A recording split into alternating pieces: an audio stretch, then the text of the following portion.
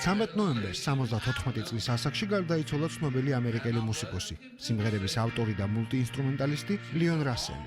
რასელი მუსიკალურ ინდუსტრიაში 50 წლის განმავლობაში მოღვაწეობდა.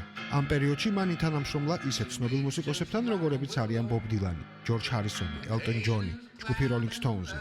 როგორც რასელის მეუღლემ განაცხადა, მუსიკოსი ძილში გარდაიცვალა. ფინეთი მსოფლიოს მასშტაბით მოწინავე ქვეყანაა განათლების სისტემის სფეროში.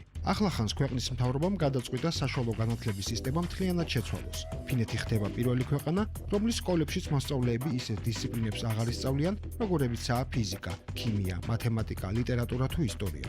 სასკოლო საგნების ტრადიციული, თეორიული თუ პრაქტიკული კურსის მაგივრად ისინი გავლიან ამა თუ იმ სფეროში მომხდარ მოვლენებს და მის მაგალითზე ინტერდისციპლინური ფორმატით განიხილავენ მეცნიერებას. ფინეთის ოფიციალური პირები განათლების სისტემის ცვლილებაზე ჯერ კიდევ 2015 წელს საუბრობდნენ. თუმცა ახლა გადაწყვეტილებამ უკვე ოფიციალური სახე მიიღო. ჰელსინკის განათლების დეპარტამენტის დირექტორის თქმით, სასკოლო სწავლების ფორმატი მოძველებულია და აუცილებელია ახალ ეპოქას მოერგოს.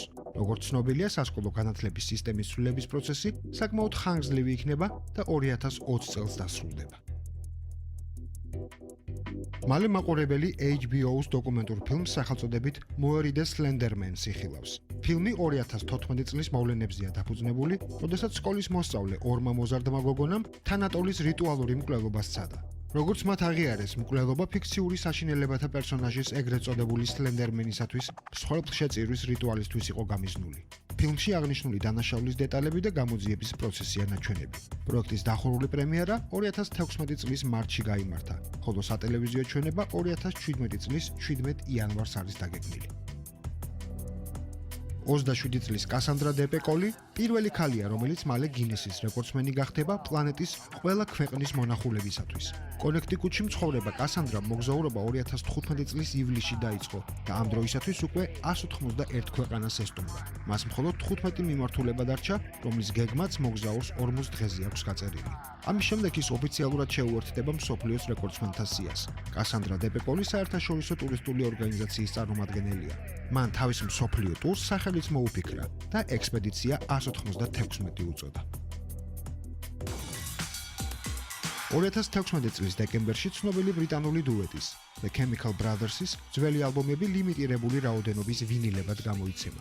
ინფორმაციის გასაჯაროვებიდან მალევე დუეტმა ინტერნეტში მუსიკალური ვიდეო ატვირთა, რომელიც შექმნილია ახალ კომპოზიციაზე სახელწოდებით Chemical.